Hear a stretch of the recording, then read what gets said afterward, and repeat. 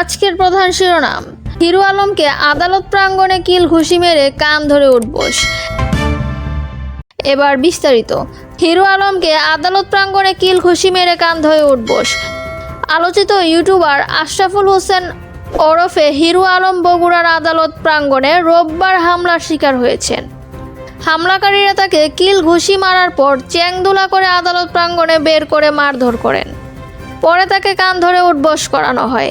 Hero Alam Awami লীগের সাধারণ সম্পাদক ও সাবেক সেতুমন্ত্রী ও ওবায়দুল কাদের এবং সদ্য সাবেক প্রধান নির্বাচন কমিশনার কাজী হাবিবুল আওয়ালের বিরুদ্ধে মামলা করতে গিয়েছিলেন।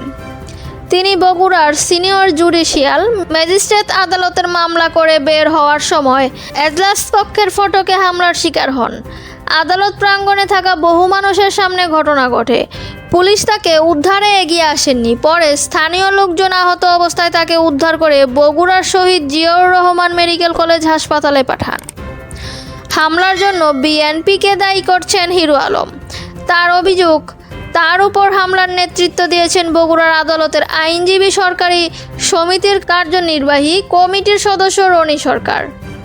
হিরো আলমের উপর হামলার কথা স্বীকার করে রনি সরকার বললেন, হিরো আলমের উপর হামলায় আমি বগুড়ার রাবের আইনজীবী ও বগুড়ার জেলা বিএনপির যুগ্ম সাধারণ সম্পাদক নাজমুল হুদার নেতৃত্বে দিয়েছি। হামলার কারণ সম্পর্কে তিনি বললেন, হিরো আলম বিএনপির ভারপ্রাপ্ত চেয়ারম্যান তারেক রহমান সম্পর্কে কটূক্তি করেছেন। দলের যুগ্ম মহাসচিব রুহুল কবির রিজভীর বিরুদ্ধে মামলা করেছেন। এ কারণে তাকে আদালত প্রাঙ্গণে গণধুলাই দেওয়া হয়েছে। এমন অভিযোগের বিষয়ে হিরো আলমের ভাষ্য, আমি কখনো তারেক জিয়াকে নিয়ে কটূক্তি করিনি। ডিবির সাবেক প্রধান হারুনুর রশিদ আমার পরিবারকে জিম্মি করে রুহুল কবির রিজভীর বিরুদ্ধে মামলা করতে বাধ্য করেছিলেন। এই কথার আগে বলেছি, তিনি তার উপর হামলাকারীদের শনাক্ত করে আইনের আওতায় আনার দাবি জানান। তবে হিরো আলমের উপর হামলার অভিযোগ অস্বীকার করেছেন বগুড়া জেলার বিএনপি যুগ্ম সাধারণ সম্পাদক নাজমুল হুদা। তিনি বললেন, হিরো আলমের উপর হামলার ঘটনার সঙ্গে আমার কোনো সংশ্লিষ্টতা নেই। হামলাকারীদের চিনি না।